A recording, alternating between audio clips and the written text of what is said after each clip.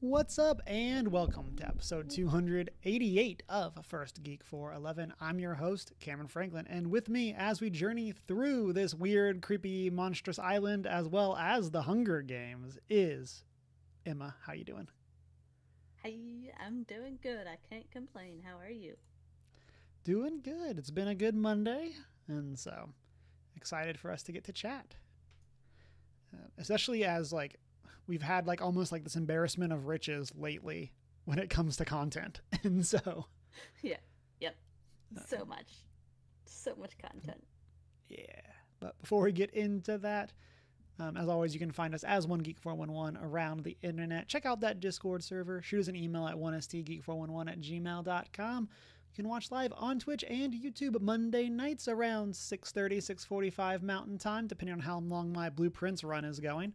And then you can also find Mm-hmm. the VODs over on YouTube. Well, let's go ahead and jump into it. Emma, how's your week been? Hey, it's been a good week. Uh, I don't know why I put this in there, but I went on a Costco run on Saturday. That was a good time. Nice. Um, yeah, just I stocked up on stuff, and I now have 12 boxes of mac and cheese in my pantry. So, you know, it's a good time when you end up with a good collection of mac and cheese. So that was fun. I played more Slime Rancher 2. It was a good time. It's for anyone who doesn't know, it's currently in early access. It's still not like fully released or whatever. So I have officially reached the end of the story content, which means there's one area that I can't get into, at least one area. Whatever area furthers the story. Um because it's still in early access, like the whole game. Um but that just means that I still get to jump around and have a good time and go and collect all the little, treasure boxes that I haven't found or collected yet. It's a lot of fun. Just having a good time with it, hanging out, chilling, and it's very fun. Can't complain. Um, Other things I've done this week, I went to a D&D singles night with a friend at a bar. Nice. It was a funny story because we both separately got ads for it on Instagram, and then I got a ticket because I was like, might as well leave the house at some point this week and have a reason to do it. And then she messaged me the next day. I was like, so I got this ad, and I was like, I got a ticket. Do you want to come I'm with me? already going. And she's like, sure. So we went, and it was a good time. Um, had minimal expectations, and it met our minimal expectations. So it was a good time. They had really good churro waffles at this bar Nice. that this was at. So I think we're gonna go there for my birthday. We Nice. being my friends and I, because they had really good food and drinks. It was a good time. Can't complain. Um, yeah, it was lots of fun. They had just D&D themed activities and stuff to do. So it was a good time. Was it like a Other things pop I've up, done, or was I it have just like an event at a no. It was bar? like a full it was a bar, and then there's a like a an organization that functions in Southern California. That's it's a D&D socializing organization or whatever that helps, they put on social events just in general that are all D&D things. So they just decided to do a singles night, and it wasn't the most cohesive thing because it was their first time doing it. But it was a good time. Had lots of fun. Met some cool people. Um, yeah, it was lots of fun, and had some good drinks and things.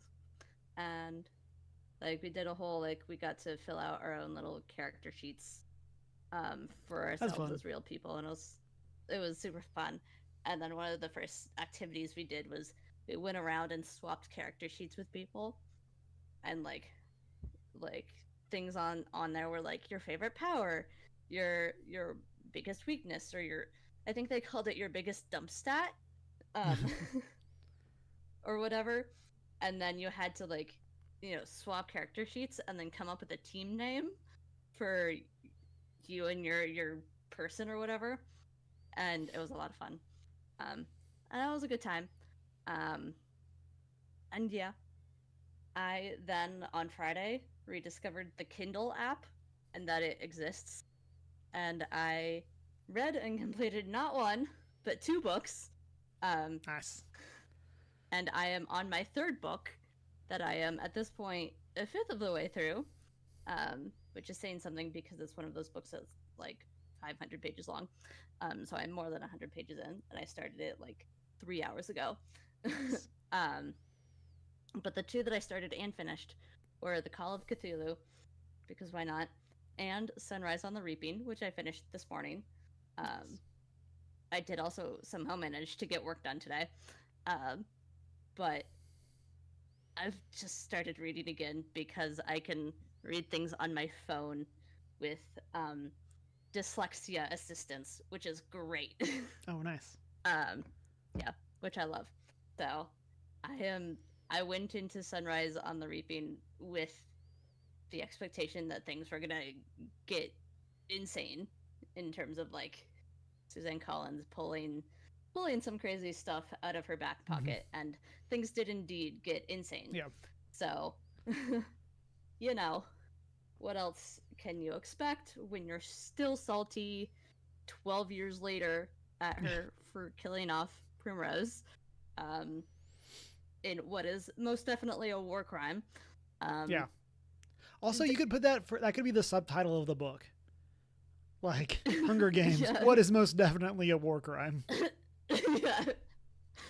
I mean, technically, when you throw explosives at a medic camp during a war, the medics are one of those things that are hands off.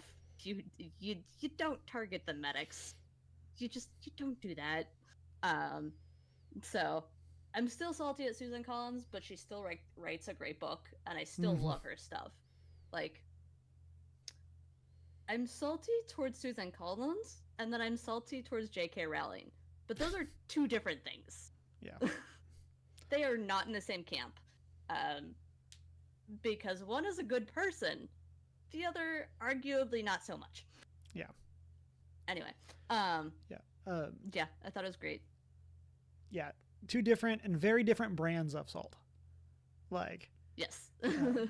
I'll say for me, we discussed this a little bit pre-show of like, it's crazy that like Suzanne Collins just like pops up every couple of years with, hey, here's a new Hunger Games book. Yeah. I feel like I have something else to say. Here, have a new book. And with that, something that I think is always really fun is like, oh, is this IP still a thing? And then I start reading it. I'm like, yes, it is. Let's go. Yes. Huge Hunger Games. Like, it's like I always forget. Fully still a thing. And like, it was the same way I felt with Ballad of Songbirds and Snakes of like, oh yeah, I kind of forgot how much I like this fandom. And like, you get going in it. It's like, oh, it's so good. Did your book have an interview with her at the end? I don't know, because I read it on Kindle. It had, I can actually look right now. It had, I don't want to read Fourth Wing right now, though I appreciate the commitment. It had the first, no. It has a teaser for the Hunger Games, the first Hunger Games book. Oh, okay. And then acknowledgments and about the author. Okay. And I got mine from Barnes and Noble, and so it ended with like a interview with her, like in the back of the book, and so it was really cool to read and kind of get to see her thoughts on like the meta narrative of some of it, and some of the ideas of like connecting the different characters, like. Yeah, because there's a lot of connections all over the place in this one. And so like the idea of like, so you have all of these characters that are going through these journeys, and like they're all, as we were discussing pre-podcast, like this is the book that most connects to any other book or to the other books. Obviously, Katniss is a trilogy, so like obviously those connect. But like this one connects to all. Spoiler: one of his friends from District 12 is Katniss's dad. Yeah. That's not a storyline plot, but it's still a minor spoiler. And something I think is so interesting, like this is what one of the things that she talked about in the interview, was the idea that while you like it's a Hunger Games story, the story that it's telling is different for every character. Yeah. And I think that that's really interesting. Like obviously we saw that with Battle of Songbirds and Snakes, because that one is focused on a completely different side. But like this one focused and on even Haymitch, that like is much further removed yes, from the original trilogy, because it's Snow's story that happens right, like right, what 25 years before Sunrise, which makes it a total of 50 before the original series, because Katniss goes into the 75th. Yeah, so quarter quell. No, so Songbirds and Snakes is 10. Sunrise on the Reaping is 50, and then Katniss is 47 or 74 and 75. So so like radically different eras, but radically. I'm excited. We'll of course be doing like I always feel like books are hard for us to do as content on here. One, because it's hard for us to like read more than book club, all alive, and like of the same book. But then it's also difficult because it's harder for us to like find where to plug in that conversation. Like if we do a spoiler cast, it's very easy for us to plug that in because like, well, when did the show end or movie happen the next week? But books are a lot more challenging with that, especially if they're not book club. And then, so I would imagine for this, it'll be next year. But we'll probably talk about it as part of our Sunrise on the Reaping spoiler cast for the movie. 6 months of it coming out? 3 months? It came out like 2 months ago? Relatively recently. Relatively recently. Which is a great success for me. I also read Cthulhu, which is more so a novella. I mean, it's about what I expected, but my favorite thing out of that entire read was that he's described as a squid dragon, and I laughed hysterically at that because I'm like, I mean, yeah, technically that is what this guy is, essentially a giant squid dragon, but like just calling him that makes the entire thing considerably less spooky. So yeah, it just made me laugh. And then the two other things that I did was The Last of Us and Doctor Who. Both had episodes come out this week. Doctor Who, I'm so excited about this episode. It's such a good bring back to earlier Doctor Who stuff, both in just the entire episode like format and the callback that specifics of it are, because literally the whole episode is the Doctor and his companion land on a spaceship that's dropping down to a mysterious planet where a colony has mysteriously died, and they have to figure out what killed the colony, which is like an adventure the Doctor has done 10 times million over, and you can never go wrong with, because it's fabulous and we enjoy it every time. We Doctor Who fans are very simple. You know, you could do that plot line so many times and we would love it every single time.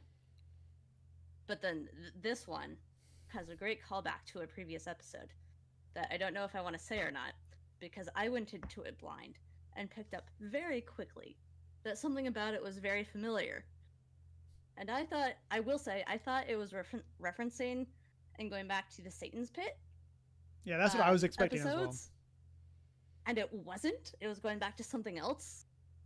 And I was surprised both ways, because I didn't see it coming, and it worked out so well, and it was fabulous, and I loved it. And I cannot complain. Yep. I'm so happy. Yeah, I mean, we've talked about it the past couple weeks. I'm loving this season.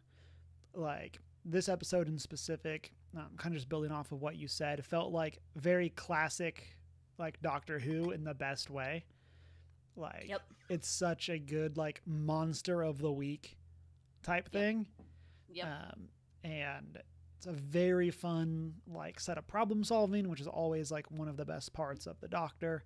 Yeah. is the, well, how are we going to actually like make it through this? We got another cool like dress up scene as well, Yeah. which for the doctor and Nurse Chandra, and Yeah. so I love that, and I love that Yeah. this has been like such a gag for Yeah. Inshuti This as pairing well, in particular. but like especially for them, but like Yeah.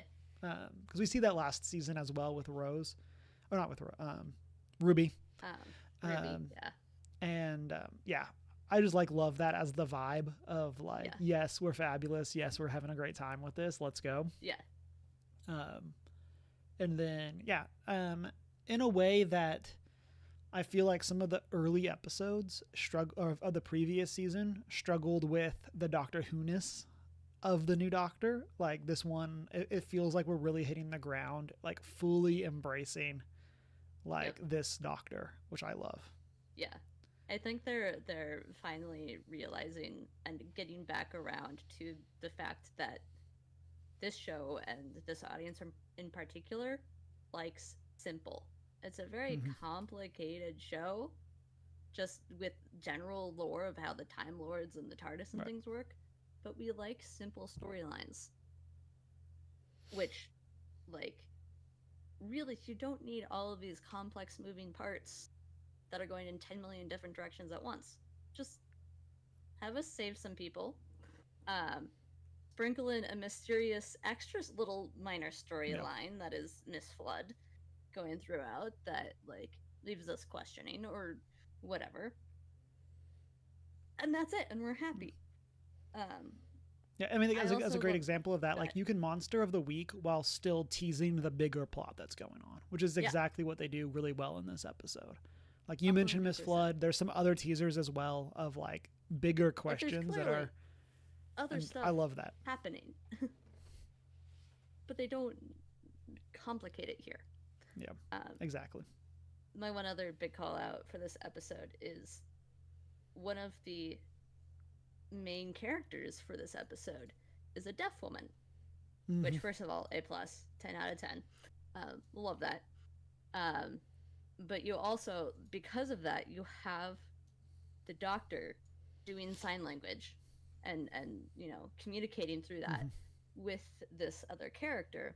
But then on top of that, one of the things that I love that they included in this is that all of these soldiers whose background we don't know anything about have this technology on them where they just press a button and they've got auto captions that they just Yeah. turn on and get displayed via a hologram. So they just have this built-in like visual translator to Mm-hmm. communicate with people who are deaf, which is like so amazing. Of just like they built that into the story for being able to communicate with this deaf woman if they don't know sign language. And then there's a throwaway line where um, Chandra, who's a nurse, is trying to stitch up a scrape on this deaf woman, and she's like, "Oh, I don't know sign language," and the woman's like, "Isn't it illegal for nurses to not know sign language?" So they've just done all of these little Mm-hmm. subtle things in the world building of that episode of like Yeah. the world around them has adapted to have these fabulous disability inclusion and adjustment things of like, oh, if you're a healthcare worker, you have to learn sign language. Oh, if you are in a position where you don't have to learn it, we're going to give you a device that, Mm-hmm. like, if you do ever encounter someone, helps you communicate with them. Yeah. And I loved that. I thought that was great. It was a nice little added touch of like really bringing in and recognizing a different group of people that don't get that kind of recognition, and really Mm-hmm. adjusting the world to them, or instead of having them adjust to the world. Yeah. So I thought that was great. Yeah. I agree. um Great episode. thing. Yeah. And The Last of Us, another great episode. Still killer after last week. Yeah. But definitely, like, they are shifting things around a little bit, as we've talked Mm-hmm. about in the Discord. But I do appreciate that they're still including major character beats and important story plots almost, even if they're not in the library basement that's full of pot or whatever. Now it's in a tent during a rainstorm out in the middle of nowhere. Um, but it is interesting to see how that's gonna play out. Mm-hmm. I thought it was good. I enjoyed it. Yeah. I like this a lot. This episode has a lot of good world building, whereas like the last episode in specific is very action focused. Yeah. This one is the other way, where we don't even see like a live infected in this one. No. And so, no monsters. Yeah. Well, no infected. Plenty of monsters, but plenty of monsters. No infected. But yeah, and yeah, I'm excited that we're on our journey.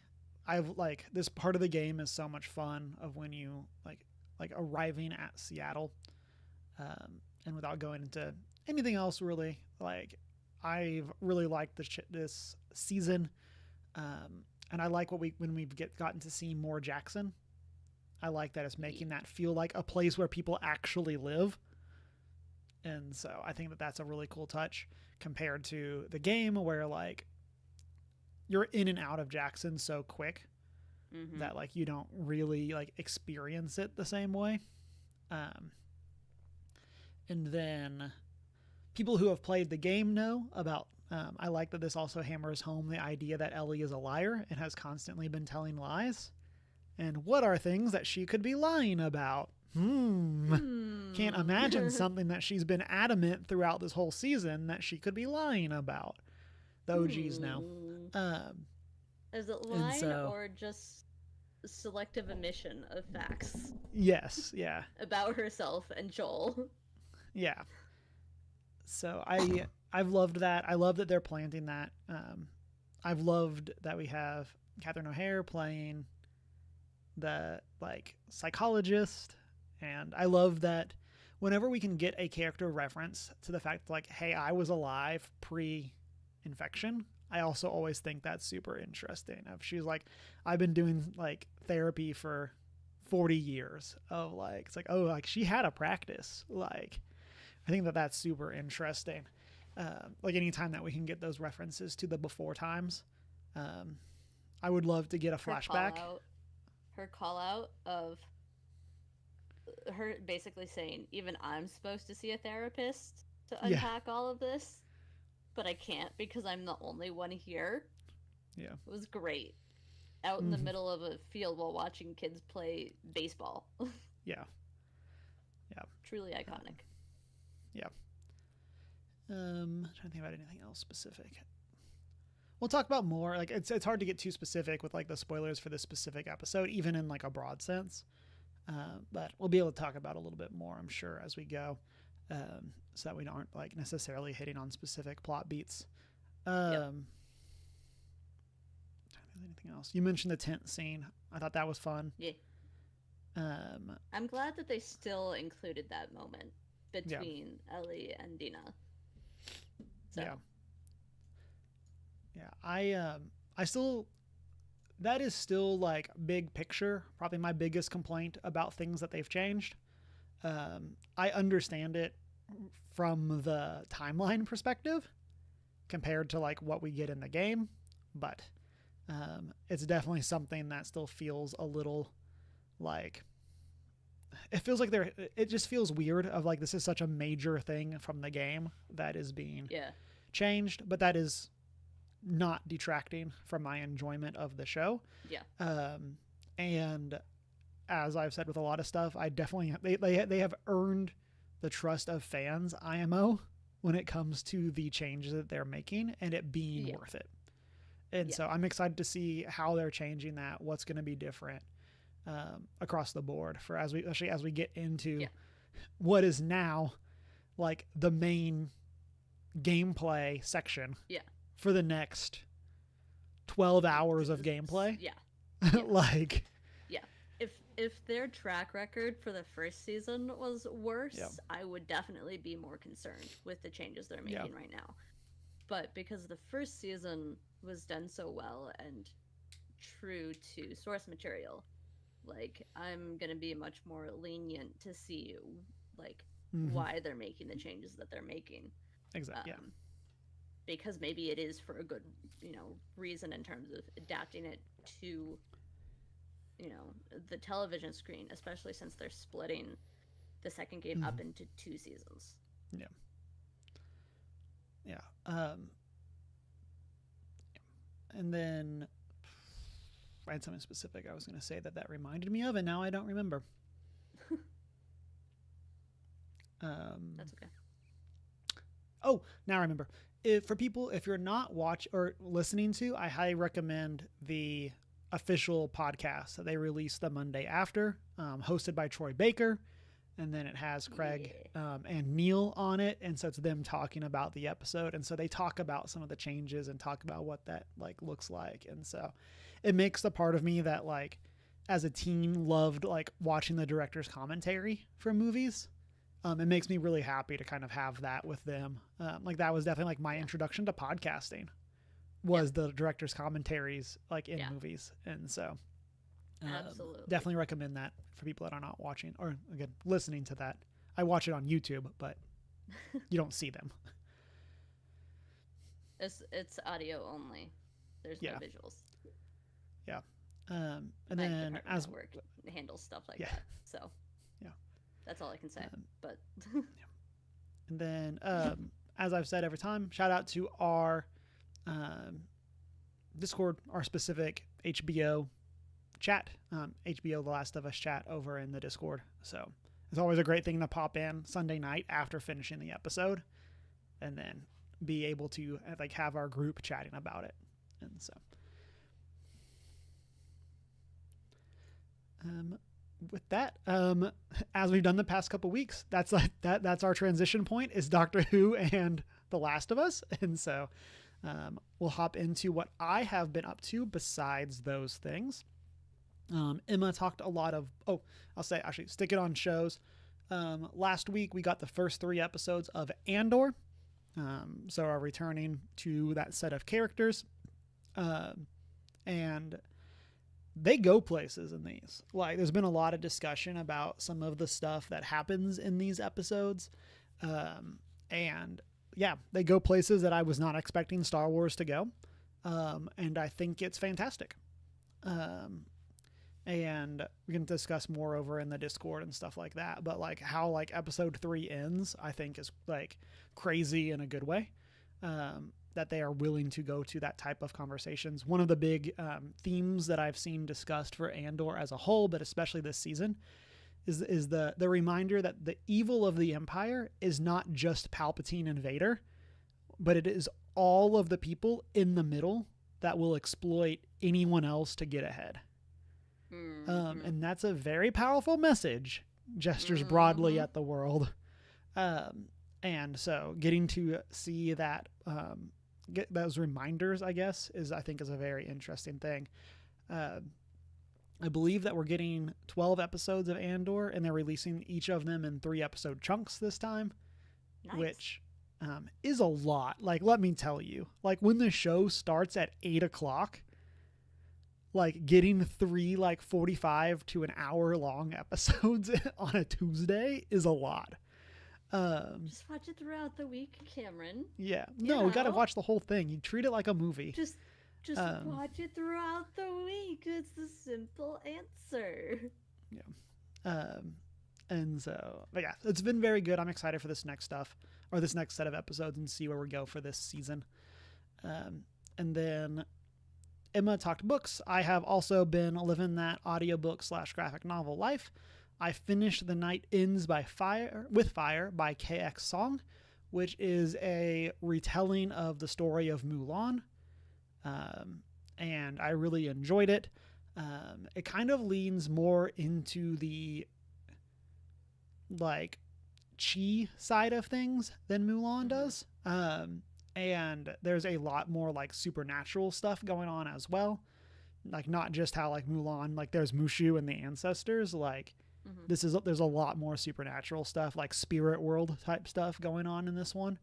And so it's a very interesting retelling. And then The author had an interview at the end that kind of talks about, or I think it's probably at the end of the book, but so I think the narrator was reading it, but it was the author talking about it. And it kind of talks about some of their intention of like retelling this myth, but telling it in a way that isn't just here's the Disney version that everyone knows, but like, while this is not a one-to-one retelling of the myth, it is also like inspired by different parts of the myth. And I think that's really cool. It's very interesting to see. And then I have also been reading more of Monstrous. I think I have 4 or 5 issues left in book 1. Reading that over for the Mad Bird Book Club. And so that's been really cool. I'm very excited to talk about that in their book club this weekend. And then I'm almost done. I started the audiobook for No Man of Woman Born, which was a book that was recommended to me off of Storygraph. And so I was like, okay, great. It was a 6-hour audiobook. That means, it's 3 hours for me. And I was like, okay, I'll start. I'm in I'm in a audiobook hole at the moment. And so I'll listen to this. And so it's really good. I've really been enjoying it. I have it's a collection of, I believe, 7 short stories.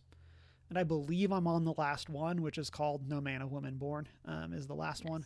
But this is from the description on Storygraph. It says, No Man of Woman Born is a collection of 7 fantasy stories in which transgender and non-binary characters subvert and fulfill gendered prophecies.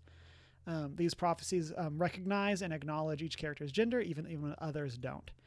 And so an example of that's really interesting is one of them is the story of Sleeping Beauty, where if she pricks her finger, she will put the kingdom into a sleep until someone comes and true love's kiss wakes her. So so the subversion here is that this character is gender fluid. And so after being put into a slumber, they then come back awake. And so now they are the one that saves the kingdom. Nice. Because the prophecy is about her, not him. Yeah. And so it's a really interesting take. I was worried starting out on it that all of the prophecies were going to kind of feel samey. Yeah. And overall they haven't. There definitely is some here's a gendered prophecy. I wonder how the main character is going to get around this. But but that happens in every book. And so I really enjoyed these. They are short stories. I don't think they're supposed to connect. I don't think this is even all stories set in the same world. That could be the intention, but I don't know if that's the case. But yeah, for a pretty short book, I'm really enjoying it. Like I said, I should finish it tomorrow, which is kind of why I'm talking more review here than I normally do for a book that's not done. But definitely recommend. And so also has a really cool cover. And then I lost my notes. Last thing, hobbying more hobbies. Talked about it a little bit earlier, but Blueprints, as we talked about it pre-show. But Blueprints, been playing more of that. Last week we started late because I finally rolled credits. This week I have been doing a lot of the post game.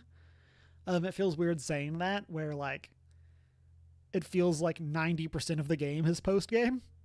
But I have definitely reached we're using a guide for things step for some of these puzzles, where it's I understand what I'm supposed to do, but I don't care.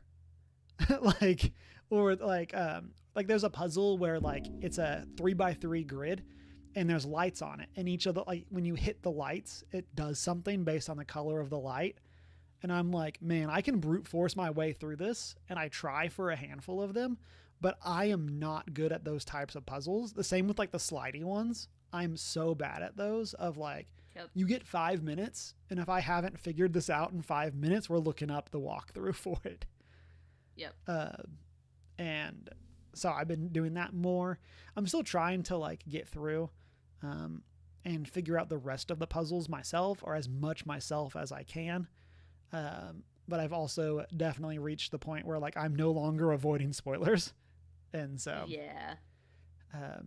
I was listening to Kind of Funny's spoiler cast for it today. And the funniest part about them doing a spoiler cast is like they have all rolled credits, but no one has like beat the game. And so even with them like doing a spoiler cast, they're not sure what they can say to with the other people on the cast. And like there's stuff where like they would mention things in that like rooms in the house that other people had not encountered. Yeah. And it's like people had like were on like day 70 and there were things that they didn't know. Yeah. And it's like it's so crazy as like a puzzle perspective on stuff like that. But it's a fantastic game. I was talking we talked about this a little bit before, but I was talking to a friend of mine who's currently playing the game. First of all, side note, she called it because she was tired, she called it blueprints, as in like the blue sheets of paper that you do designs on, because she was tired. But I came to realize we're talking about the same game. But she sent me this photo today because of a TikTok that I had sent her this morning of the notebook she has at this point just filled out multiple pages with like her trying to figure out all of these different puzzles that are in this game. So like there's like a word puzzle apparently. Yeah, the word puzzle's bananas. It's 6 letters, and then 3 of those letters also make up a word within the bigger word based on the clue. Both words refer to the clue, but you have to figure out what the word is. It's this whole thing. Like, she sent me multiple. We were sitting on Discord on Thursday, and she's like, I need you to help me with this word puzzle. Yep. And neither of us could figure it out for the longest time. So, yeah, if I could be playing it right now, I would be, but I don't have the resources for it. Yeah. Yeah, like the crazy part of that puzzle is like I have finished that puzzle and I'm still not overly sure what I do with it. Like I figured out a part of it, but even like with that part of it, I'm assuming that there's more to this that I need to figure out. Because then from my understanding then is like if you solve one of them, the letters then play into like the next one or whatever. From my understanding is this whole complicated tier of a puzzle that's just like I don't know what's happening right now. Yeah, it's that's been one of the crazy parts of the game is how much it builds on itself. Of like I have been meaning to update my notes so that I have like a running mysteries of like what are the things that like I know that I need to figure out. Because like like you encounter stuff after you beat the game that are like I didn't even know this existed. Mm-hmm. And it's like I think some of the puzzles that I'm aware of tie into it, but like I didn't even know that this was a thing. Like. And so it's very cool in that regard. There's definitely a lot to it. And then I've been watching one of the achievement or trophies in the game / achievements, if you're playing on Xbox, is to get to room 46 on day 1. Which like is not. The amount of information that you need to know to do that is actually not that complex as far as the game goes. But like the RNG that you need is pretty crazy. Of like I've seen posts of people being like it took me 100 tries to get a run that finally like was a good run and could make it all the way, and I'm like that's brutal. And like cuz like there are things that are obviously like intended to help you, but you don't get those on day 1. Yeah. And so like there's some very specific like sets of things. It's like you either need to go path A or path B, maybe path C if you're lucky, but like I'm trying to decide if I want to try for it. And I might just like if I can do like a longer stream at some point, like it's like, hey, this is the stream, buckle up. Like we're going to be here and like do a bunch of attempts and see how this goes. Afternoon. Yeah. Kind of in the same way that I've done with God of War, with trying to beat the secret boss in those games of like, hey, we're putting a counter up on stream. We're going to see how long this takes. Is this going to take 5 tries or 500? We're going to just kind of see. And so I might do that, to actually do that run at some point in time, but, we'll see. Cause I'm also not close at all to the platinum. So it's like, should I even bother? Like if it's going to be cause that's kind of like the hardest challenge, in terms of like RNG. And so we'll see.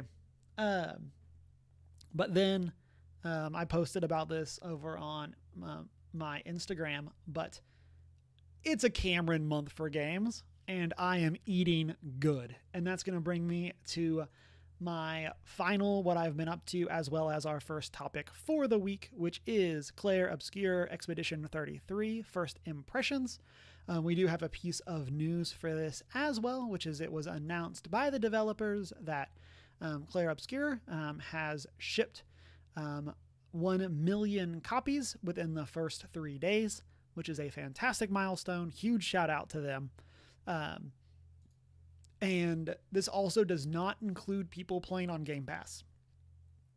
It's like, this is not people playing. This is actual like sold sales units or like shipped to stores units. And so, so that's fantastic for them, for what is a crazy cool game from the bit that I have played. I'm trying to think if I had anything else. It does, the IGN article does call out that it hit 121,000 players concurrently on Steam, which is fantastic. And they call out that Metaphor Refantazio hit a peak of 85,000 or 86,000. So like, this is above Metaphor, which is fantastic for them. Yep. As a new studio, this is like their first game. And so, and then, so first impression wise, for people that have not looked into it, Clair Obscur Expedition 33 is a turn-based RPG based in this, what's the name? It's something that I'm not familiar with as a term. It's based on the Belle Epoque, France. I don't like, that's like the vibe. It looks cool. I don't entirely know what that means, but it's a good time. Yeah. I had Googled it before I streamed and I'm like, wow, that is indeed a historical period. But what you need to know is that it's based on a specific time in France and it looks amazing. And so basically, I did stream this over on Karen plus Deanna. Emma, I know you were there in chat, so please feel free to jump in. I popped in and out while I was doing other that's stuff. how it goes. Yeah. And so I streamed about 2 hours of it, 2:15 I think was my game time. And then earlier tonight I played probably about another 45 minutes to an hour. And so the core premise of this world is that there is this like metaphysical being called the Paintress. And every year there's an event called the Gamage where the Paintress ticks down this like giant floating number. It apparently started at 100 and every year it goes down. And then anyone who is that age dies. That's the part that I missed. Yeah. And so so this is Expedition 33. So everyone who was 34 died when it ticked down. And so it's crazy. It is super sad in that regard of like, in a lot of ways, like this is not like happy RPG party. This is like, there is this gigantic existential threat to our survival as a species. And we have spent 67 years trying to stop it and we have failed. And like, it's really interesting. It's a very interesting setting. The monster design is really cool. It has some pretty clear, like stylistic and, well, not like specific designs, but like some like very like inspired by Persona and there's some Elden Ring type stuff of like enemies with really weird hands and stuff like that, which people that have played Elden Ring know how bad the hands are. And one of the big twists is this kind of, or from a gameplay perspective, twist on the format is the idea that every character has like a resource that they manage themselves. And with that, so you not only are you trying to do things like help your teammates, but you're also trying to build up that character's resource. So, for example, one of the characters has an ability that, or their mechanic is that they are building up charge. And then once that gets maxed out, one of their powers gets like, the power is called overcharge, but it deals a ton of damage based on how much charge you have. And so you're trying to like use your abilities to generate charge so that you can then use overcharge. But then that character has an ability that marks an enemy. And what mark does is it means the next hit against that enemy does like 50% more damage. Nice. So then you have another character who has an ability that if the target that they use that ability on is marked, they get a bonus effect. Ooh. And then like that character has an ability that like they generate like basically elements when they use their powers. So if like they use an ice power, they put like an ice element into the air. It's very Gloomhaven for people that have played Gloomhaven. And then like they'll have, so like this will put ice into the air. And then if you use this other ability that uses the ice resource to power itself up. So what you can do is you can like set that up to where like, okay, we are putting ice in the air. Chain event. Yeah, we're then marking them so that on her next turn, she can use the thing that uses ice and does more effective if they're marked. And then that sets up this other character because they have an ability that does this. And so it's a really cool system. As every, like, I only have 3 characters in my party so far, but as like every character like kind of has their big picture of what they're trying to do, but then also has the very traditional RPG-ness of like setting up each other, buffing each other, doing all of that kind of stuff. And so that's really fun. And then this is also very similar to RPGs like Paper Mario or Sea of Stars, people that have played those, that like while it is turn-based, you are actively like dodging enemy attacks on their turns. And let me tell you, Emma, I suck at it.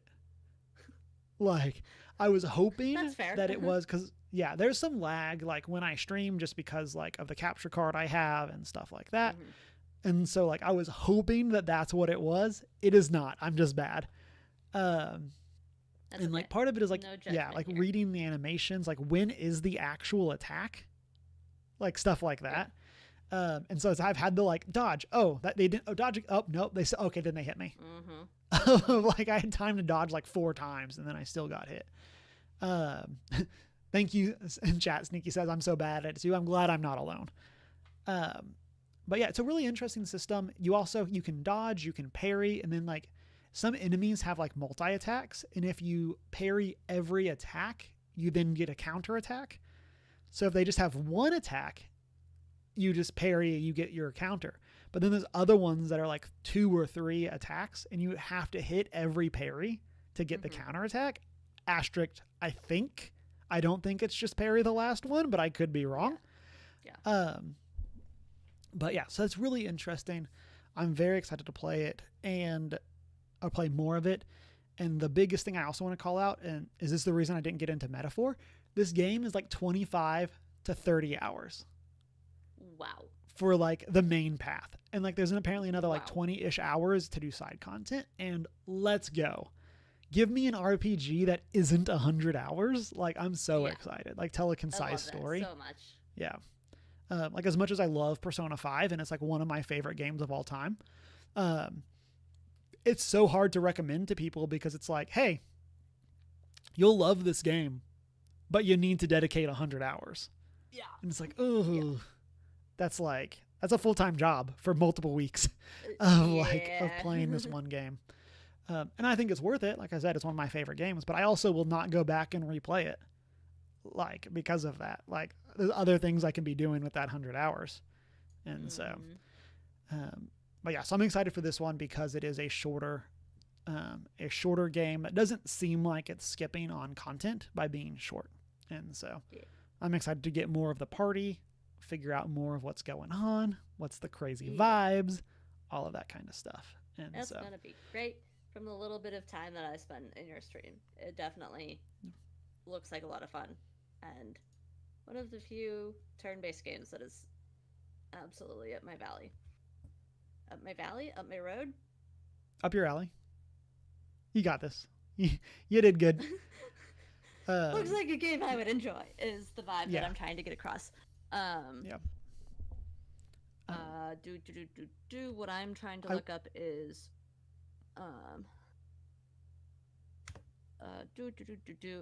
it's Xbox and PC. Xbox, PC, PlayStation. I was on PlayStation. Great. Yeah, that's what I'm playing it on PlayStation. So, I don't believe it's on Switch, and I don't think we've had any confirmations for Switch 2. I would not be surprised if this does come to Switch 2 at some point. It does seem like a fantastic game to play on the go, like on a trip. Yeah. Of just but since it's turn-based, oh, I need to go to my gate. Cool. I'll put this the thing in sleep, go pick up my battle where I was. And yeah, it seems very cool in that regard.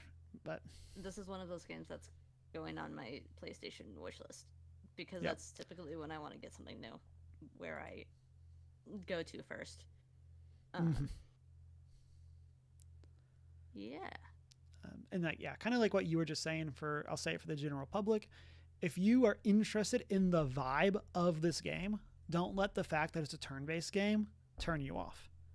I would this is the type of game that even if you don't buy it at full price, that this is definitely the kind of game that I would recommend keeping your eye on.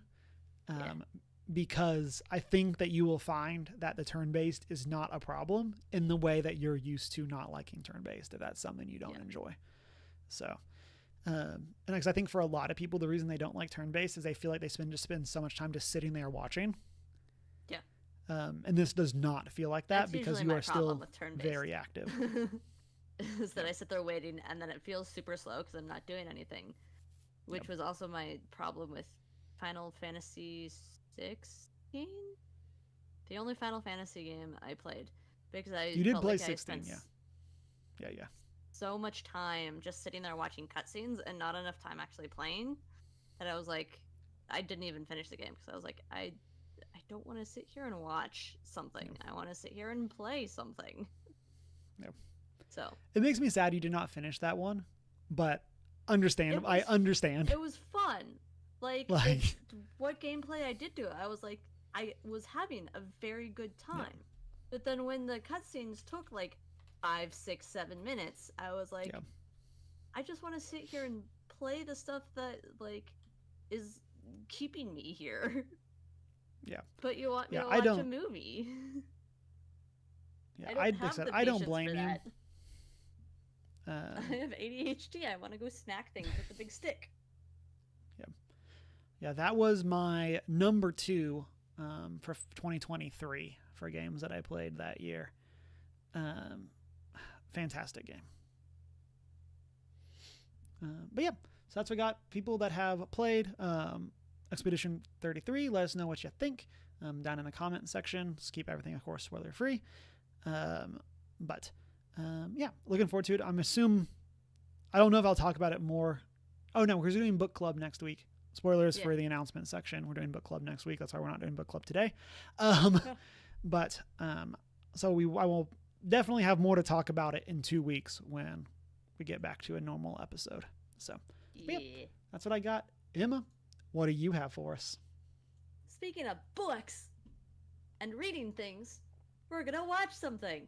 We're not actually gonna watch something right now. This is not the teacher rolling in a giant TV because she's tired and just wants to show us something like Bill Nye the Science Guy. This is something else, which is specifically the Hunger Games stuff, which we've talked about already this episode.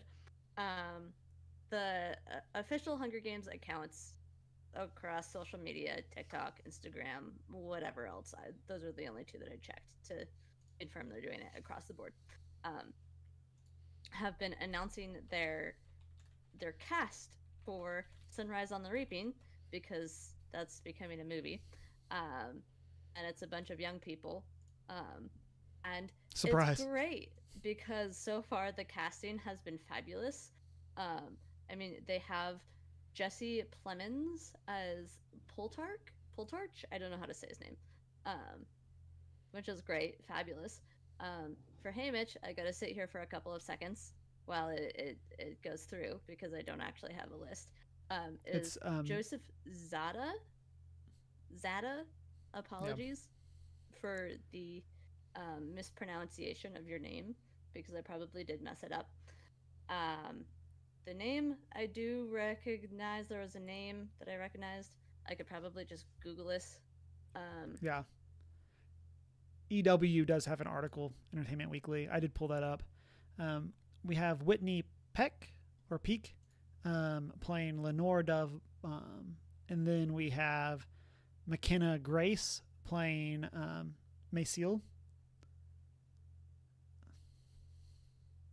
and then we've got um, who's the name that I recognize? This only does three. Um, there's a couple of really good people that I know of that I can't, whose names I can't recall off the top of my head. Um, but it's really cool that they're doing this. They're releasing like one character cast person a day. It's a lot of fun, and it's exciting to see um, just like getting this information as the book is coming out because Mm-hmm.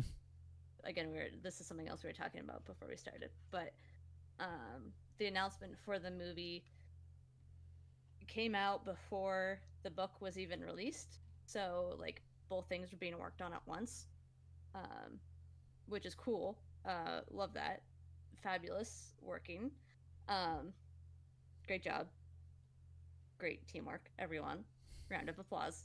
I love that when that happens, especially when it's an established franchise like this that has been around for years. I forgot where I was going at this point. Other than, like, the book came out. Oh, this was my point.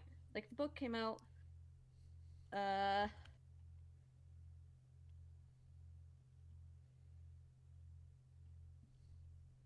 Came out literally March 18th, middle of March. So last month. It's been out a month, just over a month and a half.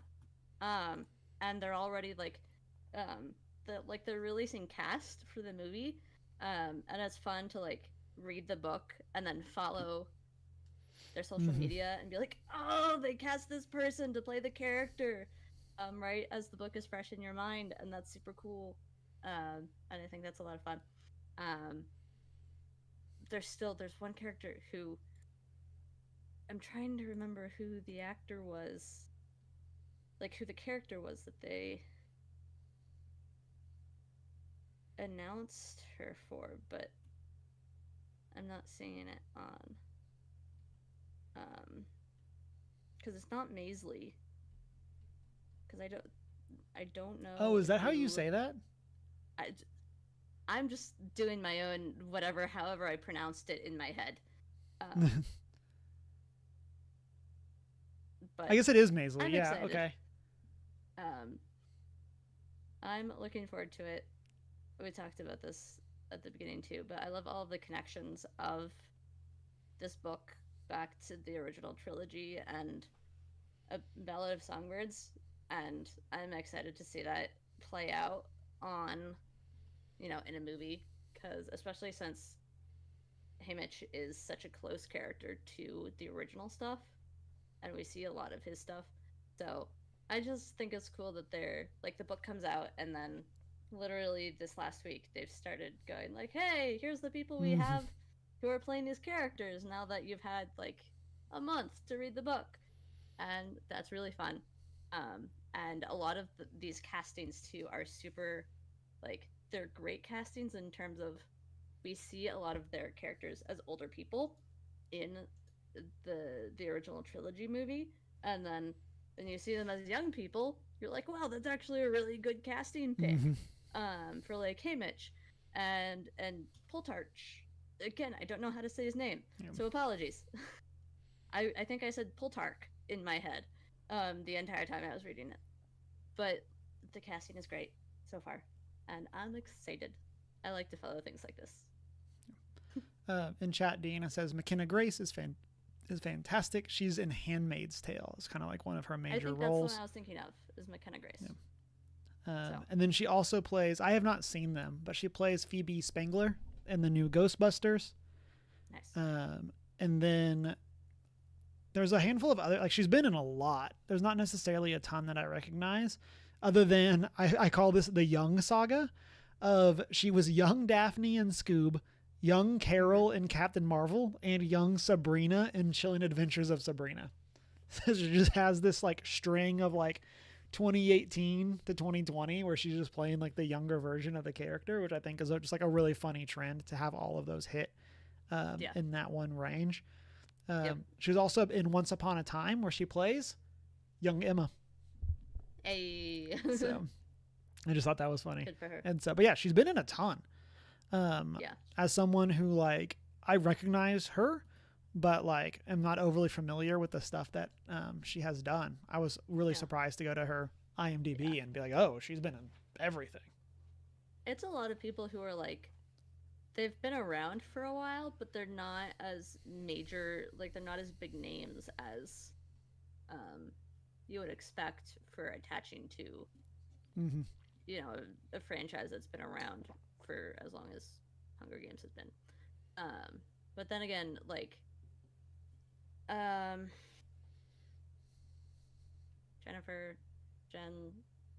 last name, Katniss.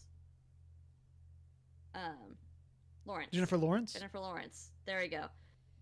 Wasn't super well known when she jumped on board for the original trilogy.